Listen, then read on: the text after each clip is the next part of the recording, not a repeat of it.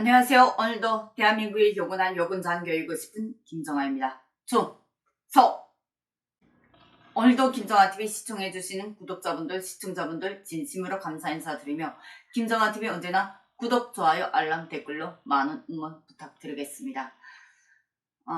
오늘 제목이 조금 여러분들의 좀 무슨 얘기를 할지 많이 궁금해 하실 것 같은데 오늘 제목에 보다시피 인권 활동 자체를 돈벌이라고 말하는 분들이 계시는데 일부의 편협한 분들도 있지만 실제로 인권 활동을 정말로 혼을 바쳐서 하는 분들이 더 많습니다.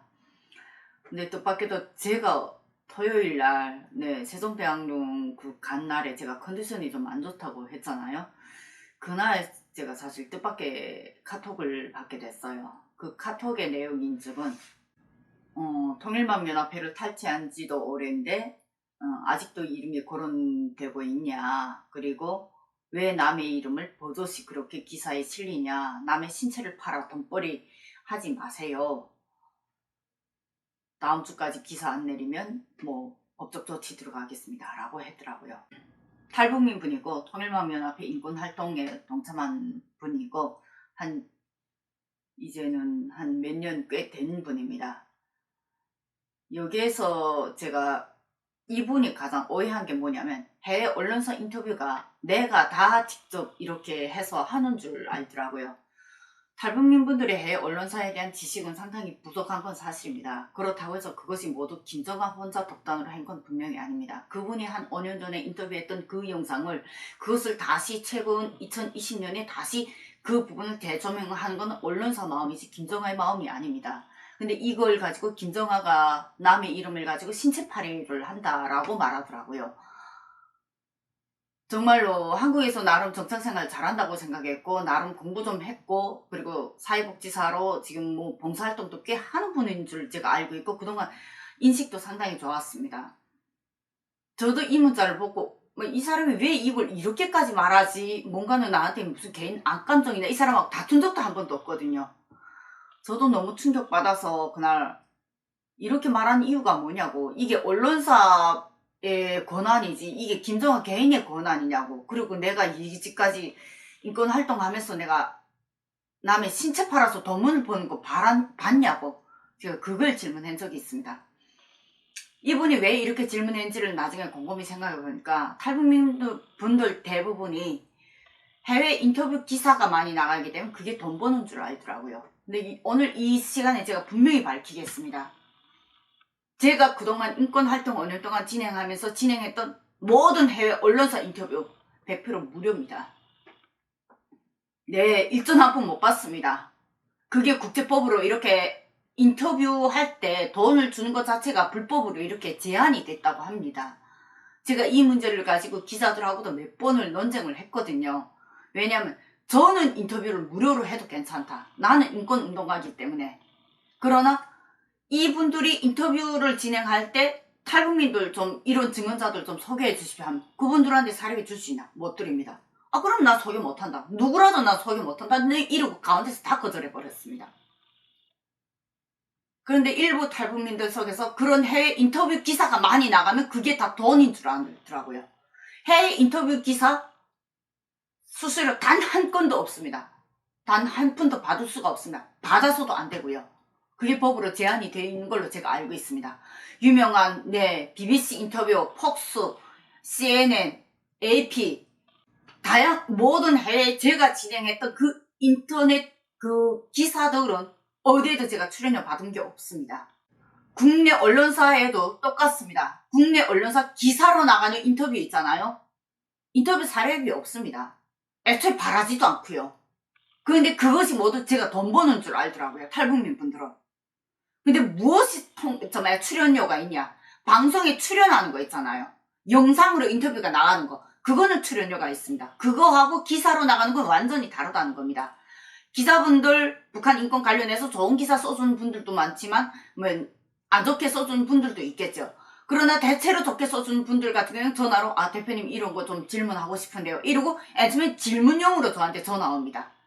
그럼 그 질문용에 거부감 없이 질문을 답변을 해줘요. 그럼 그 답변이 최소 10분 안에 끝난다? 그분은 질문할 때 한 10분 시간 내주시면 됩니다. 근데 끝나고 보게 되면요. 기본 3, 40분입니다. 짧아서 3, 40분. 길어야 1시간, 2시간, 3시간. 그러다가 내 마지막에 나도 일하는 중인데 이 너무한 거 아니에요? 이러고 말하면 그 다음에 죄송합니다. 나중에 또 전화하겠습니다. 이러고 전화 끊어버려요. 그리고 그분들 알아서 기사 내보냅니다. 기사들은 그렇게 나갑니다. 제가 그 가운데서 돈 한 푼 바라고 그런 인터뷰 한 적 한 번도 없습니다. 그러면 제가 왜 그런 무료 인터뷰를 하겠냐? 저는 그런 인터뷰 하나하나가 그런 언론사 기사들 하나하나가 모여서 사회 이슈가 되고 그 이슈가 집중 조명이 되면 탈북민들의 정착 문제라든가 탈북민들 인권 문제가 개선되길 바라는 의미에서 저는 봉사 차원에서 그 인터뷰를 합니다. 그러한 여론들, 그러한 문제들이 결국은 탈북민 사회를 바꿔주는 부분도 분명히 있기 때문입니다.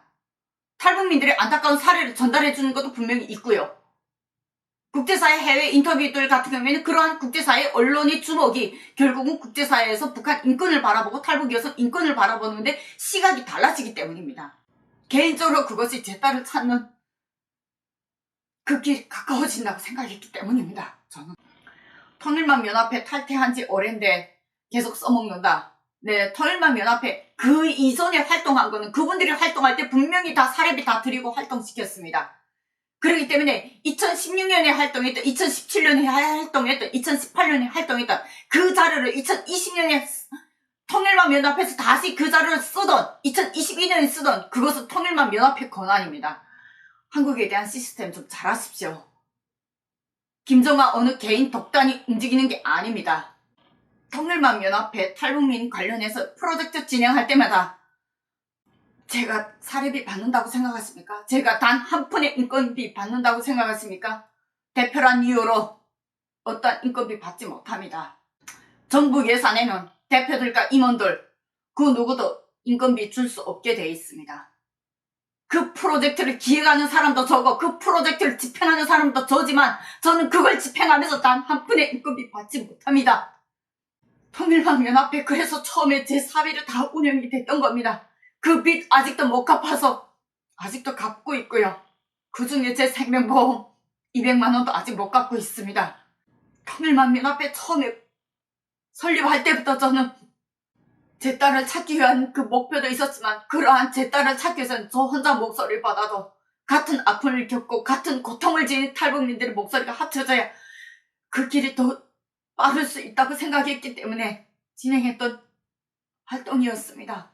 그 활동이 지금도 저와 같은 고통을 겪은 다른 탈북민들을 구출하는데 그들에게 도움을 주는데 그들의 아픔을 해소하는데 도움이 되리라 생각하면서 지금도 활동하고 있고요. 그렇게 무료 인터뷰를 진행하면서 저는 무엇으로 생계를 유지했을까요? 네, 그동안은 방송 강연으로 생계를 많이 했습니다. 그런데 2019년부터 타켓이 되면서 방송 강연이 거의 전부 다 끊겼습니다.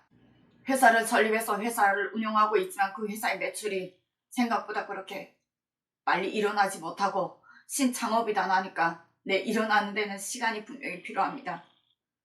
그래서 저희 남편도 지난달 개인 파산 신청했고요. 저도 이제는 개인 파산 신청을 해야 될지 고민하고 있는 중입니다. 그 속에서 통일만연합회 프로젝트는 수천만 원이 지금 돌아가고 있고요. 그 속에서 저는 단 한 푼의 인건비도 받을 수 없는 상황입니다. 이런 말 하고 싶지 않았습니다. 막말해서 구걸질하는 것 같아서 이런 말 하고 싶지 않았습니다. 그런데 왜 그런 험한 말 하세요? 인터뷰 한 번 하고 증언 한 번 할 때면 탈북민들 스스로가 과거의 아픔을 다 드러내기 때문에 힘들다고 말합니다. 그럼 매일과 같이 그걸 다루는 저는요? 제가 왜 아직도 밤잠을 제대로 못 자고 왜 밤마다 우는지 증언을 한번 해본 분들은 제가 무슨 말을 했는지 이해하실 겁니다. 남을 비방하기 전에 왜 그 사람은 그 일을 하고 있는지 그 사람 입장에서 단 한 번이라도 생각해 보셨습니까? 인권활동 하시는 분들 저는 다 존경합니다. 그 사람 개개인당 어디에서 무슨 비방을 듣든 그 일을 하는 것 자체가 쉽지 않은 일이기 때문에 남에게 험한 말을 할 때 한 번쯤은 나라면 하고 돌이켜 보십시오. 오늘 방송 여기까지 마치도록 하겠습니다.